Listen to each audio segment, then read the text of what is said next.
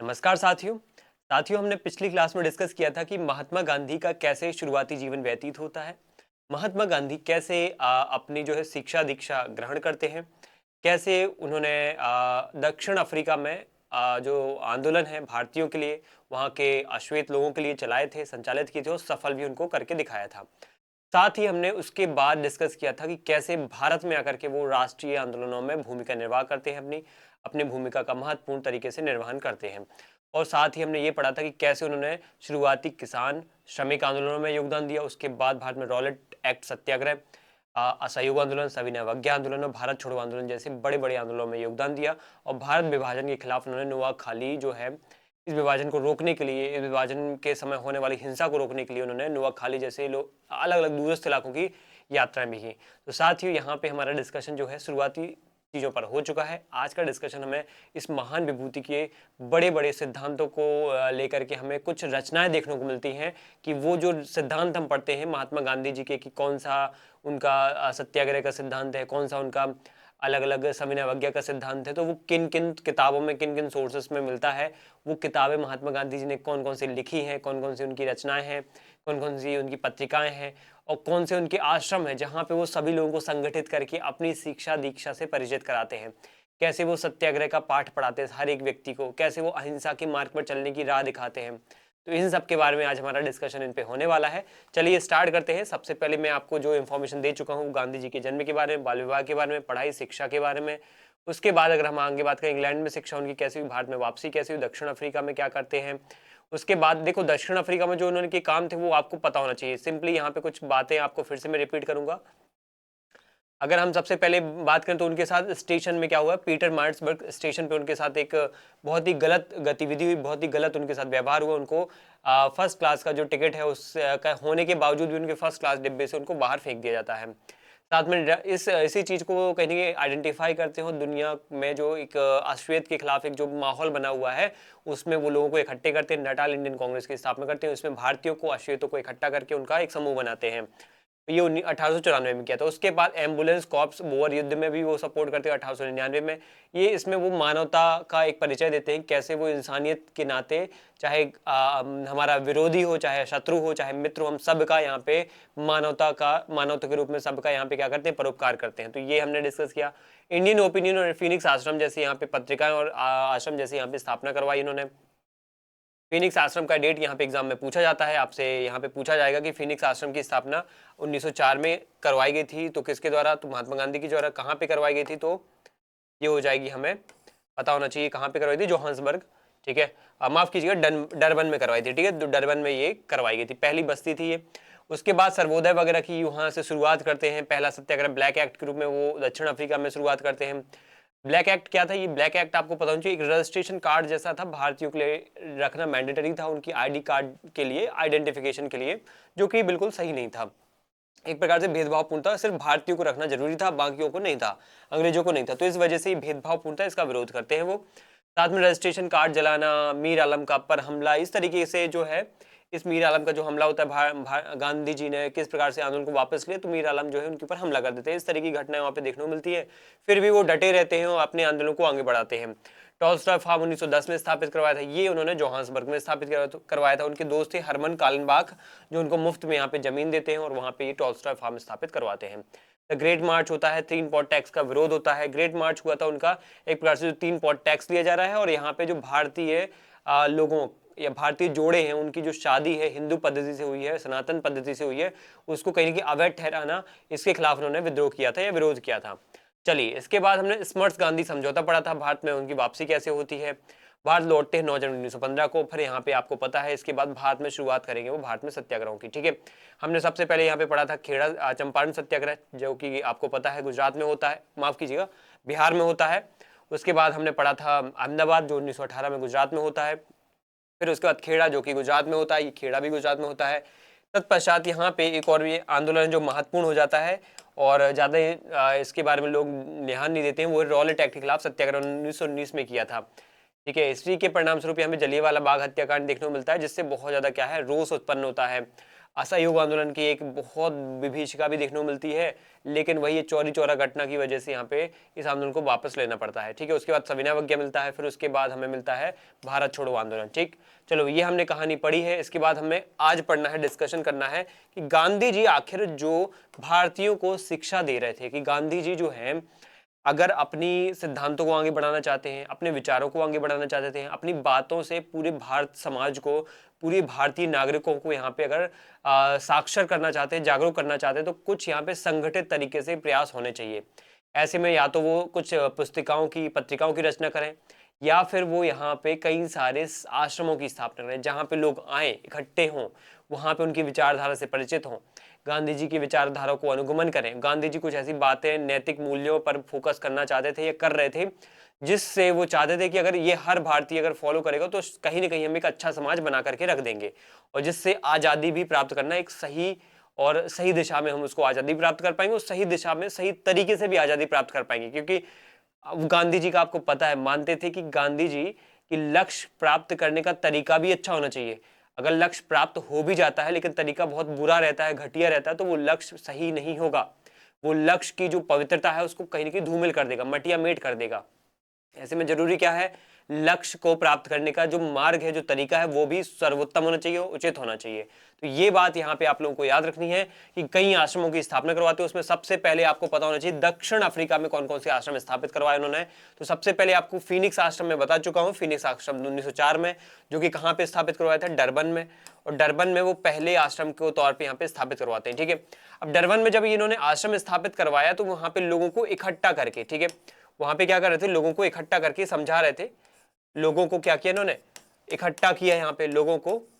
ठीक है, इकट्ठा करते हैं कि देखो तुम्हें क्या करना है, यहाँ पे अपना जो है चीजों को इकट्ठा होकर के एक संगठित रूप से समझना है। तुम्हें कौन कौन सी बातें यहाँ पे अच्छी लगती हैं, कौन सी बातें बुरी लगती हैं, इन सब का विचार विमर्श करना है एक जगह संगठित होकर के। जब बहुत सारे लोग एक जगह संगठित होते हैं, सबके अलग अलग विचार होते हैं, उनमें बातचीत होती है, फिर उनमें कहीं क्लैशेस होते हैं, कहीं सारे एक रूपताएं भी होती हैं, लेकिन बहुरूपताएं भी होती हैं, समरूपता के साथ साथ विरूपता भी होती है। तो यहाँ पे विपरीत और समरूप जो एक विचार है, उनका घोल मेल, यहाँ पे मिश्रण होना चाहिए। उसके बाद जो निष्कर्ष निकलेगा, जो कंक्लूजन निकलेगा, वो कहीं ना कहीं सबके भले के लिए होगा। तो गांधी जी ने यहाँ पे आश्रमों के माध्यम से एकीकृत करने का यहाँ पे जो उद्देश्य था, सभी लोगों को एकीकरण करने का उद्देश्य था। सभी जो बिखरे हुए हैं उनका सबसे पहले एकीकरण करना जरूरी है, फिर जाकर ये क्या होगा, फिर जाकर के समस्या का समाधान होगा। और फिर समस्या को समझेंगे, समस्या समाधान होगा। समाधान के लिए हमें क्या करना पड़ेगा, हमें समस्या समाधान के लिए इकट्ठा होना पड़ेगा, एकीकरण होंगे, समाधान करेंगे। उसके लिए जरूरी है विद्रोह करना। समस्या समाधान के लिए विरोध करना जरूरी है। विरोध कैसे करेंगे, हम सत्याग्रह के माध्यम से करेंगे, सत्याग्रह करेंगे। और क्या यूज करेंगे, अहिंसा का तरीका यूज करेंगे, किसी से झगड़ेंगे नहीं, लड़ेंगे नहीं। ठीक है, तो इन तरीकों के माध्यम से वो क्या कर रहे थे, आश्रमों की स्थापना, मेन मुख्य रूप से यहाँ पे आश्रमों की स्थापना के माध्यम से ये तरीके अपना रहे थे कि एक प्रोसीजर होना चाहिए, एक प्रक्रिया होना चाहिए कि हमने एकीकरण किया, समस्या का समाधान हमने कहीं ना कहीं समझा कि ये समाधान हो सकता है, उसके लिए हमने क्या किया, विरोध का सहारा अपनाया। उसमें हम यहाँ पे क्या कर सकते हैं, सत्याग्रह अपना सकते हैं और अहिंसा का मार्ग अपना सकते हैं। और फिर जाकर के हृदय परिवर्तन के माध्यम से हम अपनी जो है बात रखें, कहीं ना कहीं माध्यम से अपनी जो है हर मांग को पूरा करवाएंगे। तो ये उनका तरीका था। ठीक है, डरबन में कुछ मील दूरी पर उन्होंने ये आश्रम स्थापित करवाया था। चलिए, तो बात हमें समझ में आ गई, एक कृषि बस्ती के रूप में था जिसे गांधी जी ने स्थापित करवाया। उसके बाद क्या होता है, पहला आश्रम था। ये बात आपको एग्जाम में बहुत ज्यादा जरूरी तरीके से पूछी जा सकती है कि गांधी जी का पहला आश्रम क्या था। फीनिक्स आश्रम कहाँ पे था, दक्षिण अफ्रीका के डरबन में था। कब स्थापित करवाया गया, 1904 में स्थापित करवाया गया। ठीक है, और इसमें जो है आत्मनिर्भरता की बात है, सादे जीवन के सिद्धांत, कि एक इंसान जो है अपना दिनचर्या का सुबह उठने से लेकर के रात के सोने के पहले पहले तक हर काम खुद करेगा, स्वयं करेगा। तो स्वयं काम करने से क्या होता है, एक इंसान की जो इंपॉर्टेंस होती है ना, मतलब दूसरे इंसान की जो इंपॉर्टेंस है, जो दासों की इंपॉर्टेंस है, जो गुलामों की इंपॉर्टेंस, जो व्यक्ति शोषण कर रहा होता है ना, उसको सामने वाले व्यक्ति की इंपॉर्टेंस समझ में आती है, उसका महत्व समझ में आता है उसको। जैसे अगर मैं किसी की यहाँ पे कोई उनके साथ बुरा बर्ताव कर रहा हूँ, ठीक है, या मैं किसी और के ऊपर अपना काम का जो बोझ है उसके ऊपर डाल रहा हूँ, तो मैं जब खुद मेरे साथ खुद जो बुरा बर्ताव होगा, या मेरे साथ खुद कोई मेरे ऊपर काम का जो है बोझ डालेगा, तब मुझे रियलाइज होगा कि हाँ, एक मानव है, उसको दूसरे मानव के साथ किस तरीके का व्यवहार रखना चाहिए। इसकी जो शिक्षा है वो तभी मिल पाएगी जब मैं आत्मनिर्भर होऊंगा, जब मैं खुद अपने स्वयं के काम स्वयं करूंगा।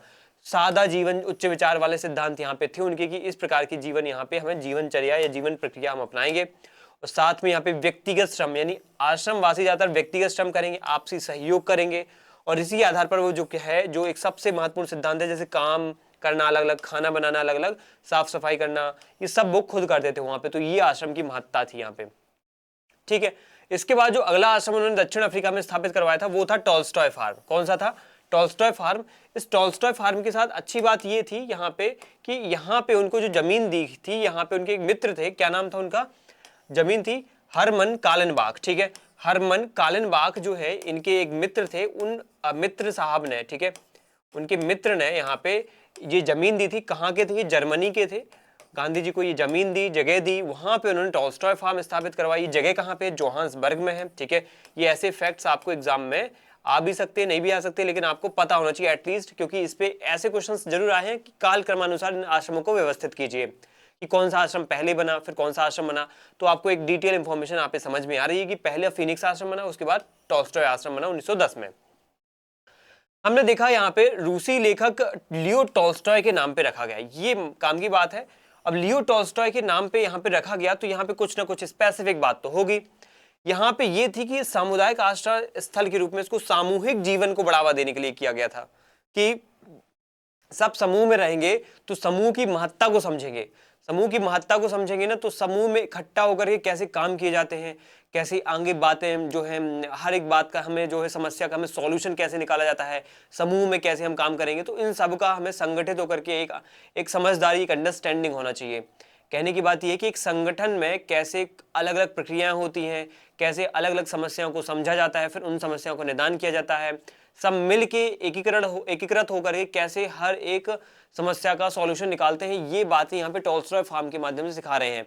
जबकि आत्मनिर्भरता का संदेश कहाँ से दिया जा रहा है? फीनिक्स आश्रम से दिया जा रहा है। फीनिक्स आश्रम सादा जीवन और आत्मनिर्भरता के लिए बनाया गया था। यहाँ पे टॉल्स्टॉय फार्म का यहाँ पे उद्देश्य क्या रहता है उनका, कि यहाँ पे एक व्यक्ति को अपने समूह में कैसे संगठित होकर के काम करना है, कैसे आगे बढ़ना है, और कैसे जो एक सिम्बायोटिक रिलेशन है, जो सहजीवी संबंध है, वो कैसे एक दूसरे के साथ हम कैसे आगे बढ़ाएंगे, इन सब की जानकारी यहाँ से दी जाती है। कैसे फिर सत्याग्रह की जो भावना है उसको सफल बनाया जा सकता है। तो इस तरीके की यहाँ पे टॉल्स्टॉय फार्म में चीजें सीखने को मिलेंगी। अब जो अगला आश्रम है वो हमें पता होना चाहिए, वो मिल देंगे हमें भारत में। दो आश्रम है, कहाँ पे? दक्षिण अफ्रीका में। पहला है फिनिक्स आश्रम, जो कि कहाँ है? डरबन में। जो किसने स्थापित करवाया था? महात्मा गांधी ने। किस लिए? आत्मनिर्भरता के लिए। और यहाँ पे किसके लिए? आत्मनिर्भरता और सादा जीवन जीने के लिए। सादा जीवन जीना कैसे होता है इसको सिखाने के लिए। दूसरा यहाँ पे आश्रम होता है फीनिक्स आश्रम के बाद दूसरा आश्रम होता है टॉल्स्टॉय आश्रम, जो कि यहाँ पे जोहान्सबर्ग में था, दक्षिण अफ्रीका के। और यहाँ पे उन्होंने सामूहिक गतिविधियों को, सामूहिक एकीकरण को यहाँ पे उसकी शिक्षा देने का काम किया। कैसे एक व्यक्ति समूह में काम करेगा, संगठित रहेगा, और अपनी जो है एक जो सहजीवी संबंध है, एक दूसरे पर निर्भरता है। कैसी निर्भरता? मतलब एक साथ काम करने की निर्भरता, जिससे लोग आपस में जो एक बैर वाला भाव है, मतभेद वाला भाव है, उसको कैसे दूर कर सकें, इसको उन्होंने यहाँ पे क्या है, टॉल्स्टॉय फार्म के माध्यम से रखा था। टॉल्स्टॉय कौन है? रूसी लेखक है, बहुत इंपॉर्टेंट है, इनके बारे में आपको पता होना चाहिए। हरमन कालनबाग इनको यहाँ पे जगह देते हैं महात्मा गांधी को, जहां पे उन्होंने टॉल्स्टॉय फार्म स्थापित करवाया। अब भारत के आश्रम पढ़े तो भारत में मुख्य रूप से आपको पता होना चाहिए 3 आश्रम यहाँ पे देखे जाते हैं।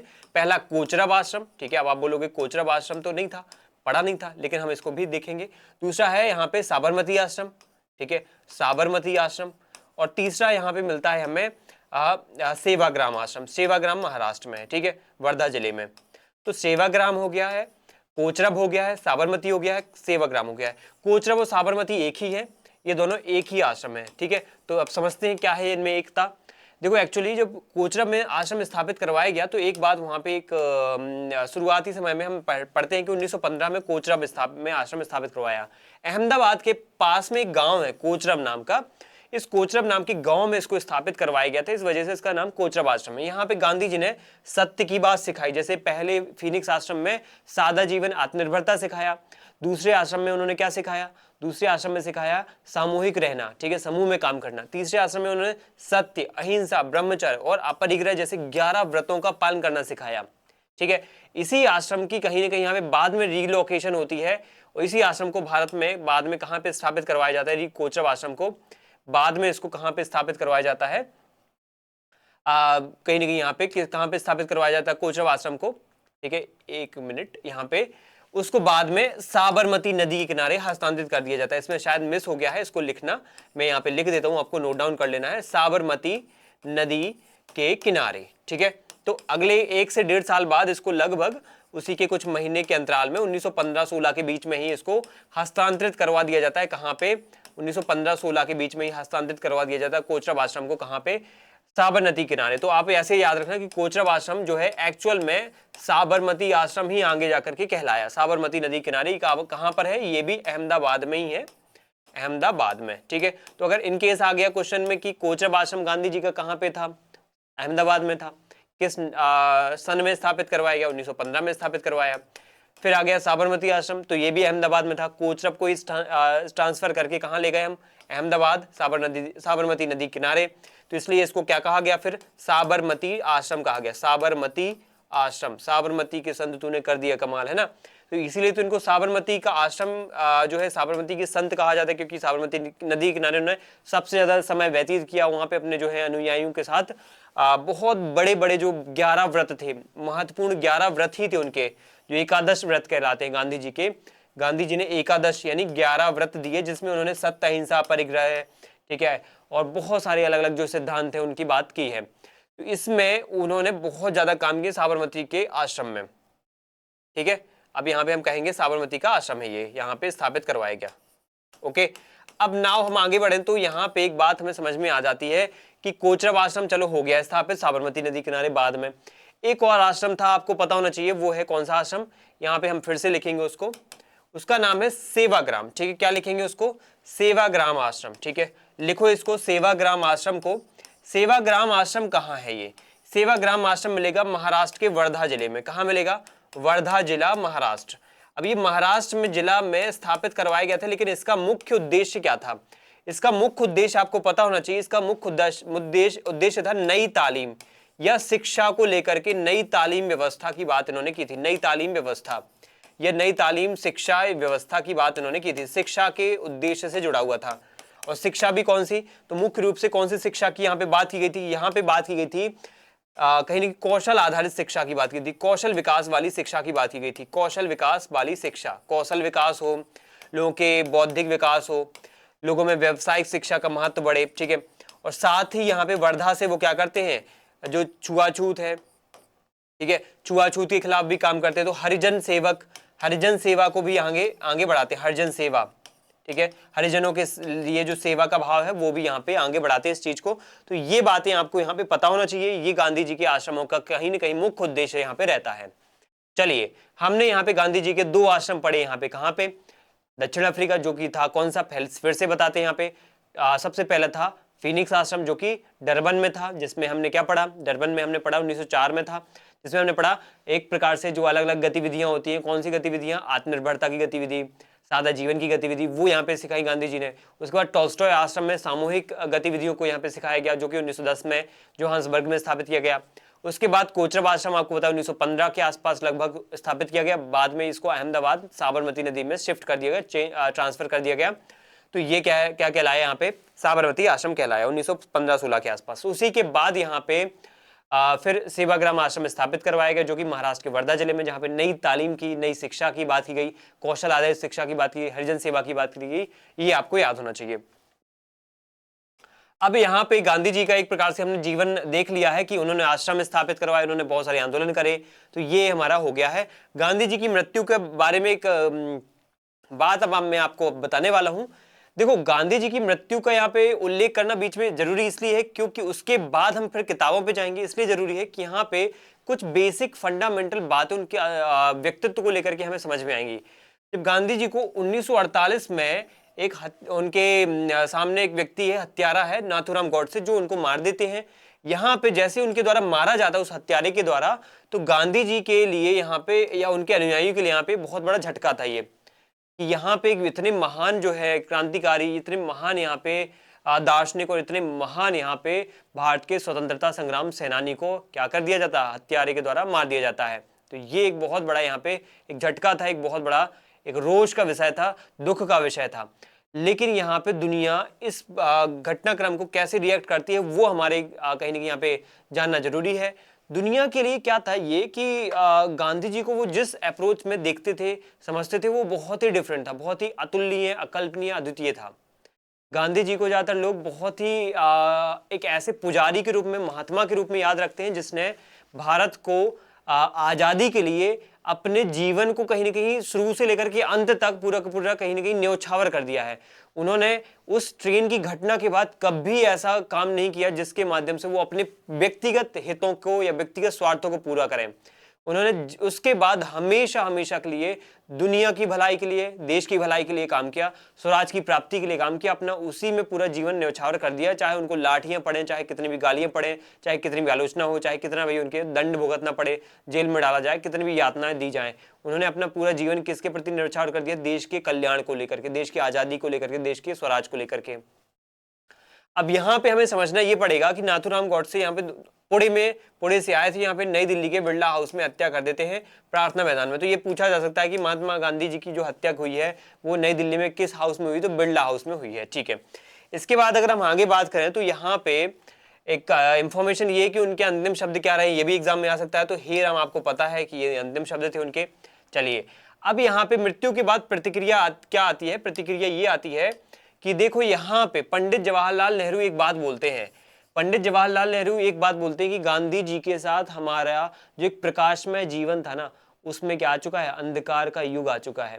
तो यहाँ पे गांधी जी के मृत्यु के बाद या उनकी हत्या के बाद नेहरू जी के द्वारा एक बहुत ही स्पेसिफिक बात बोली जाती है जो कि आपके एग्जाम में आ सकती है, पूछी जा सकती है। वो है कि गांधी के गांधी की हत्या, गांधी जी की हत्या या बापू की हत्या, जनरली बापू बोलते थे, बापू की हत्या एक प्रकार से क्या है? बापू की हत्या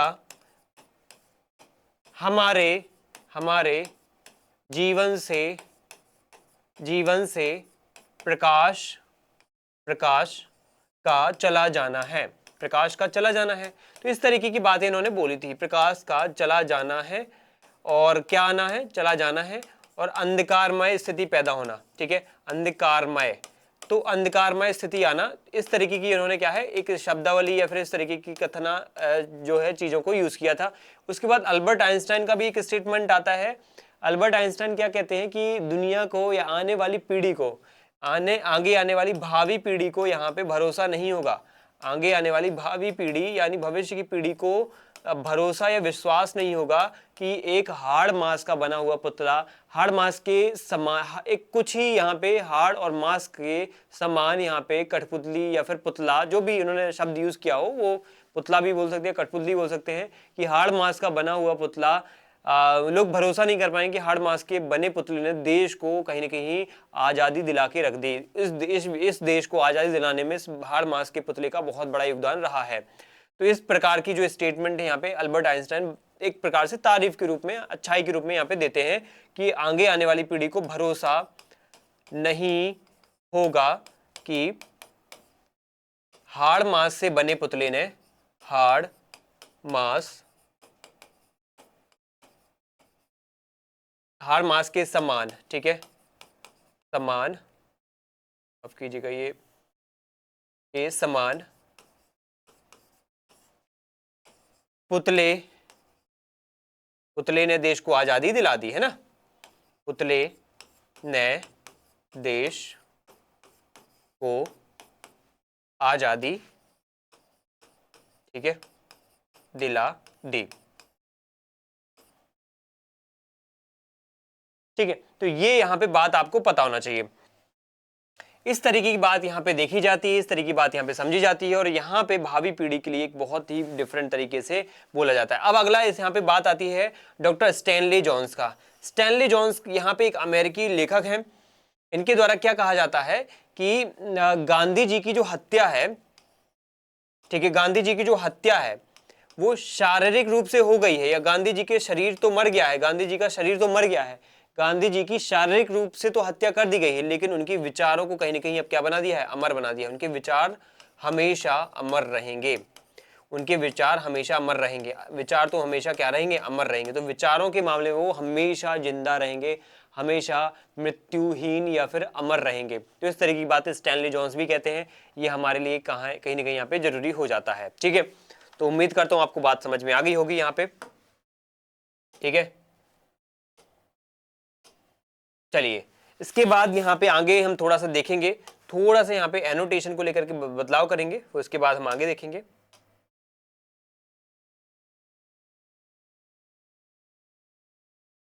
एक मिनट।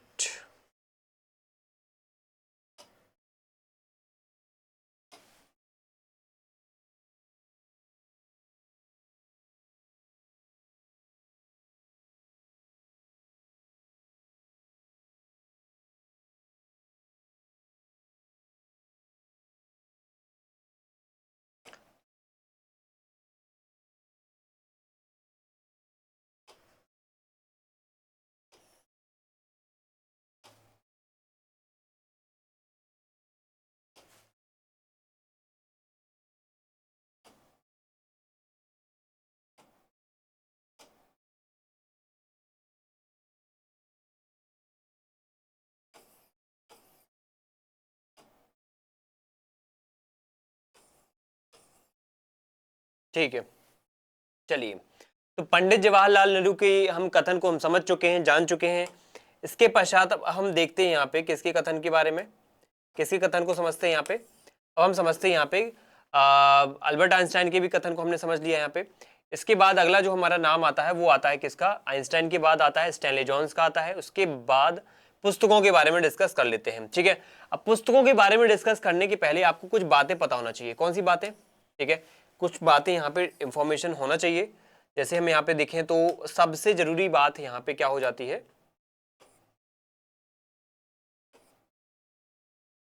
देखो इनके द्वारा बहुत सारी कुछ किताबें लिखी गई हैं। ठीक है, जिनका हम मुख्य रूप से महत्वपूर्ण महत्वपूर्ण किताबों का नाम जिक्र करेंगे और उनकी अंदर लिखी गई विषय वस्तु के बारे में समझेंगे। ठीक है, तो गांधी जी ने हिंद स्वराज, मेरे सत्य के प्रयोग, ठीक है, बहुत सारी ऐसी किताबें लिखी हैं जिसके माध्यम से वो दुनिया को अपने राजनीतिक सिद्धांतों, अपने आर्थिक सिद्धांतों से परिचित कराते हैं। इंडियन ओपिनियन जैसे, ठीक है, हरिजन सेवक, ठीक है, हरिजन सेवक, इन सब पत्रिकाओं के माध्यम से, ठीक है, इनसे क्या करवाते हैं, दुनिया को रूबरू करवाते हैं किस प्रकार से वो सामाजिक और सांस्कृतिक बदलाव लाना चाहते हैं, वर्ण व्यवस्था में क्या बदलाव लाना चाहते हैं, किस तरीके से उन्होंने राजनीतिक जो गलियारों में एक यथार्थवादी व्यवस्था है, थोड़ी सी क्या है, शक्ति आधारित व्यवस्था है, उसको संतुलित करके थोड़ा सा आदर्शवात्मक व्यवस्था की तरफ ले जाने का प्रयास किया है।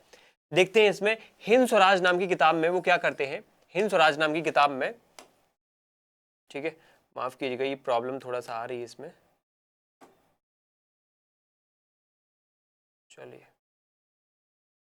चलिए ठीक है,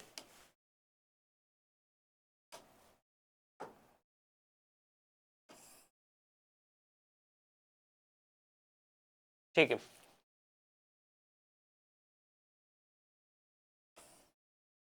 ठीक है, थोड़ा सा ये मैं चेक कर रहा हूँ कि क्लियर प्रॉपर किस में दिख रहा है ना, माफ कीजिएगा ये थोड़ा सा इंटरप्शन हो रहा है यहाँ पे। चलिए इसके बाद देखो पुस्तकों के बारे में अगर हम बात करें तो हिंद स्वराज पहली किताब आती है। इसका नाम याद रखो, 1909 में लिखी गई है। कब लिखी गई है? जब महात्मा गांधी जी लंदन से दक्षिण अफ्रीका की यात्रा कर रहे थे। तो यात्रा करते वक्त उनको कुछ विचार कहीं ना कहीं उनके मन में उद्भूत होते हैं या उनका कहीं ना कहीं पुनरुत्पादन होता है। तो इस प्रकार से वो जब सोचते हैं, समझते हैं, यात्रा के समय महीनों की यात्राएं होती थी उस जमाने में, लंदन से दक्षिण अफ्रीका आ रहे हैं, पूरा पूरा एक बहुत बड़ा समुद्र पार करके आना है, अटलांटिक के नॉर्थ से अटलांटिक के साउथ में आना है उनको। तो इससे सबसे महत्वपूर्ण रचनाओं में से एक उन्होंने एक रचना की है और पश्चिमी सभ्यता की आलोचना करते हैं। इसमें इसमें ऐसी ऐसी बातें लिखते हैं, ब्रिटिश संसद को बुराई करते हैं, ब्रिटिश संसद को वैश्य बांझ के समान यहाँ पे उसकी तुलना करते हैं, पश्चिमी लोकतंत्र की आलोचना करते हैं, पश्चिमी पूंजीवाद की आलोचना करते हैं, पश्चिमी औद्योगिकरण की आलोचना करते हैं, पश्चिमी यहाँ पे मशीनीकरण की आलोचना करते हैं वो। ठीक है, तो यहाँ पे कुछ बातें आपको बहुत अच्छे से पता होना चाहिए किस तरीके से उन्होंने दुनिया को बताया कि पश्चिमी सभ्यता किस हिसाब से बुरी हो जाती है।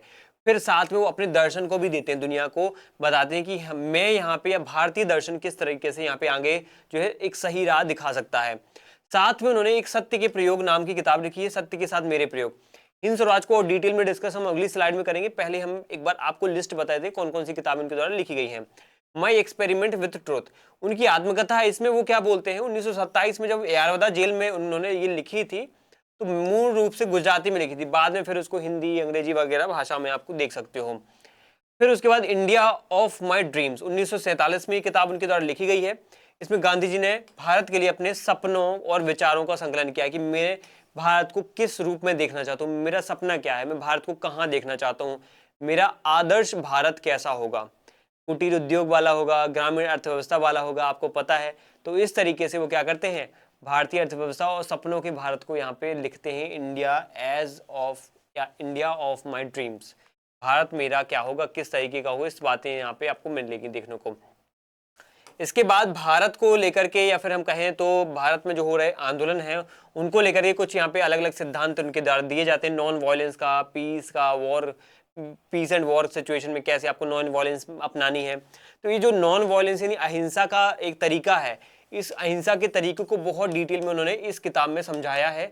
याद रखना, अहिंसा के तरीके को, non violence in peace and war, ये पुस्तक शांति और युद्ध के दौरान कौन कौन सी हिंसा अपना सकते हो, अहिंसा अपनाई जाती है, कौन कौन सी हिंसा अच्छी होती है, कायरता के समय की गई अहिंसा भी हिंसा से बुरी होती है। तो कायरता पूर्ण तरीके से हमें क्या करना चाहिए, काम नहीं करना चाहिए, ठीक है। मतलब एक प्रकार से कोई बुरी परिस्थिति आती है और ऐसे में हम वहां पे बात करते हैं नहीं हमें तो हिंसा नहीं करनी है, तो ऐसे में ये की गई अहिंसा भी हिंसा से बुरी है, ठीक है। तो ये बात उन्होंने बहुत अच्छे तरीके से इसमें समझाई है। इसके बाद हम बात करते हैं गोखले माय पॉलिटिकल गुरु। याद रखना, गोखले एंड माय पॉलिटिकल गुरु किसके द्वारा लिखी गई है, महात्मा गांधी जी के द्वारा। किताब कई बार एग्जाम में पूछी गई है। उन्होंने अपने राजनीतिक जीवन के जो गुरु रहे गोपाल कृष्ण गोखले, उनके साथ अपने संबंधों, उनके प्रभाव का वर्णन किया है। वो हम पढ़ेंगे कि गांधी जी के ऊपर उनके ऊपर क्या प्रभाव पड़ा है, कि गांधी जी किस प्रकार से अहिंसात्मक हुए हैं, गांधी जी किस प्रकार से यहाँ पे सत्याग्रही हुए हैं, है ना। ये हमें प्रभाव यहाँ पे देखने को मिलेंगे। बाकी किताबें आप नाम पढ़ सकते हो, खादी आत्मनिर्भरता को लेकर के लिखी गई है। भारत के औद्योगिकरण में किस प्रकार से एक जो है चरखे का योगदान हो सकता है, वो यहाँ पे सर्वोदय, सभी के उदय की बात की गई है कि अंतिम जो है व्यक्ति भी यहाँ पे क्या होना चाहिए, सबका उदय होना चाहिए, सबका बराबर तरीके से यहाँ पे विकास होना चाहिए, ठीक है। इसके बाद यहाँ पे सत्याग्रह की बात हमें देखने को मिलेगी। सत्य का आग्रह करना, मन वचन कर्म से हमें क्या करना चाहिए, अहिंसात्मक ढंग से अपनी बात को रखना चाहिए, उसको मनवाना चाहिए, ठीक है। ना कोई हिंसा का सहारा लेना चाहिए, ना कोई उपद्रव का सहारा लेना चाहिए, ठीक। इसके बाद गीता बोध, गीता का जो उन्हें बोध हुआ उसको उन्होंने अंडरस्टैंडिंग की। गीता में खासतौर पर जो स्थित प्रज्ञता है, स्थित प्रज्ञता है, इसका ज्ञान उन्होंने कैसे लिया, स्थित प्रज्ञता, इस सब की बातें आपको मिलेंगी। गीता को उन्होंने अपनी दूसरी माँ कहा है। क्या माँ कहा है, ये उनकी दूसरी माँ है। इस प्रकार के टाइटल से वो नवाजते हैं गीता को, क्योंकि उनको बहुत सारी चीजें ऐसी सीखने को मिलती हैं जो गीता में लिखी हैं, ठीक है। अब आता है गांधी जी की अलग अलग पत्र पत्रिकाएं, इनके बारे में देखते हैं कौन कौन सी पत्र पत्रिकाएं इन्होंने लिखी हैं गांधी जी की। जैसे एक हरिजन सेवक देख सकते हो आप, ये पत्रिका गांधी जी की थी, हरिजन को लेकर के दिख रही है आप लोगों को। इस प्रकार की पत्रिकाएं अंग्रेजी भाषा में उनके द्वारा लिखी गई हैं। इसकी बात यहाँ पे हम अगर सबसे पहले करें तो यंग इंडिया एक साप्ताहिक थी जो अंग्रेजी भाषा में प्रकाशित होती थी। उसके बाद उन्होंने हरिजन लिखा, कब लिखा, 1933 में लिखा, शुरू की गई थी। और इसमें समाज के हाशिए पर पड़े लोग जो समाज में बहुत पिछड़ गए हैं, समाज में बहुत पिछड़ी स्थिति में है, या निचले समझे जाने वाले कैटेगरी या निम्न समझे जाने वाली कैटेगरी से आते हैं, तो उनके पुनरुत्थान के लिए, उनके कहने के कल्याण के लिए, उनके हक और अधिकारों को लड़ने के लिए, उनको जागरूक कराने के लिए उन्होंने ये किताब लिखी या ये पत्रिका लिखी है। इसका प्रकाशन करवाते थे। तो गांधी जी ने ऐसे लोगों को जो बहुत ही हाशिए पे हैं, पिछड़े हैं, दलितों की कैटेगरी में आते हैं, निम्न समझे जाते हैं, उनको हरिजन जैसे शब्द से पुकारा है। इसलिए ये पूरा का पूरा उनके उत्थान के लिए समर्पित है, हरिजन। तो नवजीवन, नवजीवन जो है ना गुजराती में लिखा गया है। उनके जन मन तक पहुंचाने का जो प्रयास है ना, विचारों को हर एक व्यक्ति तक यहाँ पे पहुंचाना है। तो हमें यहाँ पे क्या है, नवजीवन पढ़ने को मिलेगा। इसके बाद है इंडियन ओपिनियन। इंडियन ओपिनियन को लेकर के हमें एक बात पता होना चाहिए, समाचार पत्र जो है ना उन्होंने दक्षिण अफ्रीका में रहते हुए लिखा था। तो सबसे पहला तो यही हो जाएगा, सबसे पहला है अगर हम बात करें तो यही हो जाएगा, क्योंकि शुरुआती उन्होंने जो कर्म अपना किया था, या कर्म भूमि थी जो शुरुआती, वो उनकी दक्षिण अफ्रीका थी। वहां पे वो इतने सारे अलग अलग आंदोलन चलाते हैं, उसी के मद्देनजर उन्होंने इंडियन ओपिनियन चलाया था, जिसमें उन्होंने भारतीय लोगों को जागरूक किया था। चलिए, इसके बाद वहां पे उन्होंने इसके बाद हमें जानना जरूरी हो जाता है कि इतने सारे पत्र पत्रिकाओं में हमें यहाँ पे अब सबसे महत्वपूर्ण जो किताब है वो याद रखनी है, वो है हिंद स्वराज। इसको हमें बहुत अच्छे से याद रखना है, क्योंकि इसमें जो लेखन है और विषय वस्तु है वो पूछी जा सकती है और पूछी गई है। तो इसलिए मैंने इन चीजों को ऐड किया है कि आखिर हिंद स्वराज में कौन सी बातें ऐड की गई हैं। तो हिंद स्वराज आपको पता होना चाहिए 1909 में वो लिखते हैं। जब लंदन से दक्षिण अफ्रीका के जोहान्सबर्ग की यात्रा कर रहे होते हैं तो दक्षिण अफ्रीका लौट रहे होते हैं, तब इस वक्त वो क्या करते हैं, एक जहाज पे रहते हैं, VSS क्लिंटन नाम के जहाज पर। इस जहाज पे, पानी के जहाज पर यात्रा कर रहे होते हैं, महीनों की यात्रा है, 4-5 महीने लग जाते हैं। तो ऐसे में उन्होंने किताब ही एक लिख दी जिसमें उन्होंने अपने पूरे विचार संकलित कर दिए। अब जब वो वापस आ रहे होते हैं तो मुख्य रूप से जब ये किताब लिखते हैं तो अपनी मातृभाषा में लिख देते हैं, क्योंकि उसमें लिखना बहुत ईजी होता है। बाद में अंग्रेजी में अनुवाद किया जाता है, ठीक है, ये काम का नहीं है। गांधी जी ने यहाँ पे आखिर आलोचना किसकी की है, देखो इसमें काम का ये है जो एग्जाम में पूछा गया है। देखो, हिंद स्वराज में सबसे पहली बात तो है, आलोचना की गई बड़े उद्योग। अब बड़े उद्योगों में क्या होता है, सबसे बड़ी समस्या ये कि बड़े उद्योगों में आधारित होते हैं पूंजीवादी व्यवस्था से, और पूंजीवादी व्यवस्था पूरी की पूरी जो पश्चिमी पर आधारित है, पश्चिमी अर्थशास्त्र पे आधारित है, पश्चिमी अर्थशास्त्र के सिद्धांतों पर आधारित है, जो कि कहीं ना कहीं बहुत ही ज्यादा क्या है, शोषणकारी होते हैं। एक व्यक्ति से 18-18, 20-20 घंटे काम करवाना, उसको एक मशीन के रूप में यहाँ पे देखना, वैज्ञानिक तरीकों से आप क्या करो, उसके जो है दैनिक दिनचर्याओं का संचालन करो, तो जो कि क्या है, एक मशीन के रूप में नहीं हो सकता है उसका काम।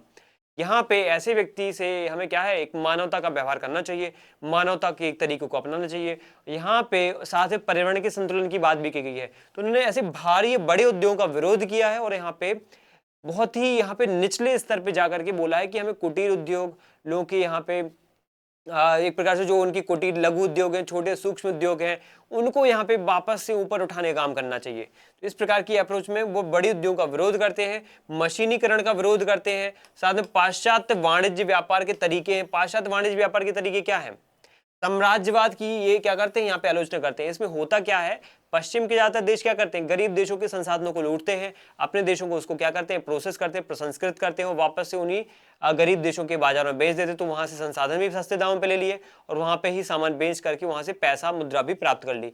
तो ऐसे में ये जो चक्र है ना, ये निर्भरता का सिद्धांत जो है, ये बहुत घातक होता है, और ऐसे में देश डूब रहे हैं, बर्बाद हो रहे हैं। तो ये हमें कहीं ना कहीं छोड़ना पड़ेगा। एक अगर देश को हमें अगर आजाद करना है तो सिर्फ राजनीतिक रूप से आजाद नहीं करना है, आर्थिक रूप से भी आजाद करना है भारत को, खासतौर पे सामाजिक रूप से भी आजाद करना है ना। तो गांधी जी सिर्फ राजनीतिक रूप से आजाद नहीं चाहते थे। बाकी आप विचारकों को पढ़ो, बाकी आप राजनेताओं को पढ़ो, तो वो सिर्फ अंग्रेजों को बाहर निकल जाएगा, अंग्रेज सिर्फ बाहर, देश के बाहर निकल जाएंगे, हमारा राज हमारे लोगों को मिल जाएगा, तो ये आजादी हो जाएगी। नहीं, गांधी जी बहुत गहरा सोचते थे। वो सोचते थे कि हम अगर अंग्रेजों को भगा भी देंगे तो भी हमारे देश की दुर्दशा ऐसी ही बनी रहेगी, हम वैसे ही गरीब रहेंगे, हम वैसे ही यहाँ पे जूझते रहेंगे अपनी समस्याओं से, वही जाति वाली समस्याओं से, वही अपनी निम्न अमीर और गरीब की समस्याओं से, वही धर्म की समस्याओं से, वही लिंग की समस्याओं से। तो ऐसे में हमें राजनीतिक आज़ादी के साथ साथ सामाजिक और आर्थिक आज़ादी भी चाहिए। और वो कब होगी, उसके लिए हमें बहुत अच्छे कदम उठाने पड़ेंगे। यहाँ पे क्या कर सकते हैं हम वर्ण व्यवस्था को सुधार सकते हैं, हम कुटीर उद्योग को बढ़ावा दे सकते हैं। तो हम कहीं ना कहीं आर्थिक रूप से जो अपना संसाधन वहां दूसरे देशों को भेज रहे हैं ना, वो जाना रुक जाएगा, वो हमें वास्तविक रूप से आत्मनिर्भर बनाएगा, और हम तब जाके असलियत में स्वतंत्र होंगे। ये बात यहाँ पे उनके द्वारा समझाई जाती है इस हिंद स्वराज नाम की किताब में। और पश्चिमी सभ्यता और ब्रिटिश संसद को बहुत ही कड़ी तरीके से फटकार लगाते हैं और बहुत बुरी आलोचना करते हैं। ब्रिटिश संसद को तो वो पता है क्या बोल देते हैं, यहाँ पे बांझ के समान बोल देते हैं। बांझ जैसे एक, हम महिला को बोलते हैं ना कि बांझ मतलब वो महिला होती है जो गर्भ धारण नहीं कर सकती है ना। तो वो कहते हैं कि ब्रिटिश संसद भी उसी समान है जो कभी न कहीं ना कहीं उत्पादक सिद्ध नहीं होती है, कोई उत्पादन नहीं कर पाती है, कोई प्रोडक्टिव यहाँ पे काम नहीं कर पाती, बस बहस के लिए इससे काम करवा लो, उसके अलावा कोई ऐसा अच्छा काम नहीं कर पाती है ये। जैसे एक बांझ महिला कहीं पुत्र या फिर पुत्री की जो है जन्म में योगदान नहीं दे पाती है, वैसे ही यहाँ पे एक संसद को एक और बात बोली गई कि वैश्या को लेकर के, कि वैश्या के जैसे विचार हर एक व्यक्ति को लेकर के कैसे होते हैं, बदलते रहते हैं। कोई भी व्यक्ति आए उसके पास, वहां पे वो उसको कहीं ना कहीं सकारात्मक विचारों से ही देखती है। तो वैसे ही ये संसद कि चाहे कोई भी विचारधारा है, कोई भी व्यवस्था है, बस अपने स्वार्थ के लिए क्या है, ये कहीं ना कहीं क्या होती है, संसद यहाँ पे उसके अकॉर्डिंग काम करने लगती है। तो इससे इस प्रकार से इन्होंने वैश्या से तुलना की है। बताइए, तो वैश्या और बांझ से तुलना किसी करते हैं, ब्रिटिश संसद ही करते हैं। ये एग्जाम में आ सकता है, खासतौर बांझ वाला पॉइंट आपको याद रखना है, ठीक है। तो ये हिंद स्वराज के कुछ फैक्ट थे। इसके बाद हिंद स्वराज में एक और बात हमें देखने को मिलेगी, वो है स्वराज और सभ्यता पर क्या गांधी जी बोलते हैं। इसी किताब में उन्होंने दो बातें और बोली हैं, वो और हम देखेंगे। स्वराज को लेकर गांधी जी ने, अब देखो हिंद स्वराज वर्ड है, तो हिंद में तो आप समझ जाओगे कि हिंदुस्तान की बात हो रही है। स्वराज में क्या वो समझाने की कोशिश कर रहे हैं, स्वराज शब्द से क्या बोलने की कोशिश कर रहे हैं, उसमें वो अर्थ समझाते हैं केवल ब्रिटिश साम्राज्य को हटाना हमारा उद्देश्य नहीं है, सिर्फ हम ब्रिटिशर्स को भगा दें, एक अंग्रेज देश में ना बचे, तो क्या ये आजादी कहलाएगी क्या? है ना? हमारे देश में अगर अंग्रेज रुक भी जाते हैं और लेकिन अगर हमें स्वराज मिल गया तो वो हमें ज्यादा अच्छा होगा। बात समझ में आई? हमारे देश में अगर विदेशी कोई रुक जाता है तो कोई दिक्कत नहीं है, लेकिन हमारे देश में स्वराज होना चाहिए। स्वराज मतलब क्या? स्वराज मतलब ये होता है कि सिर्फ ब्रिटिश साम्राज्य को भगाना नहीं है यहाँ पे, बल्कि स्वयं का यहाँ पे क्या होना चाहिए? शासन, और स्वयं पर स्वयं का शासन होना चाहिए। ये कब आएगा? जब हम सामाजिक रूप से एक व्यक्ति को जाति के बंधन से मुक्त करेंगे। अभी वो जाति के बंधन से मुक्त नहीं है, तो वो क्या है? वो स्वयं पर शासन कर पा रहा है क्या? नहीं कर पा रहा है। बात समझ में वाली है? हिंदू स्वराज में यही तो बातें हैं कि एक व्यक्ति आर्थिक रूप से गुलाम है क्योंकि उसको दास बना रखा है, एक व्यक्ति जातिगत रूप से गुलाम है क्योंकि उसको शूद्र कैटेगरी में डाल रखा है या वैश्य कैटेगरी में डाल रखा है, एक व्यक्ति कहीं ना कहीं लैंगिक रूप से गुलाम है क्योंकि वो महिला है। ये ऐसी बातें बोल करके यहाँ पे गांधी जी ये सिद्ध करना चाहते कि राजनीतिक रूप से हमें आजादी नहीं चाहिए, हमें स्वराज नहीं चाहिए, हमें चाहिए किस प्रकार से आजादी, किस प्रकार से स्वराज चाहिए? हमें हमें मानसिकता से भी हमें आजाद होना है। कौन सी मानसिकता? वही जाति आधारित मानसिकता, ठीक है, वही वर्ण व्यवस्था में जो जन्म आधारित वर्ण व्यवस्था है उसकी उसकी उस प्रकार की जो एक गलत मानसिकता है उससे आजाद होना है। हमें लैंगिक भेदभाव की मानसिकता से आजाद होना है। हमें अमीर गरीब की जो एक खाई बनी हुई उससे आजाद होना है। ये है स्वराज, ये है खुद पे शासन, ये स्वयं पर शासन होता है। जब एक व्यक्ति इन सभी जटिलताओं से, इन सभी समस्याओं से निकल करके जब वो खुद के शासन को खुद के तरीके से लागू कर पाता है तो वो है स्वराज, है ना?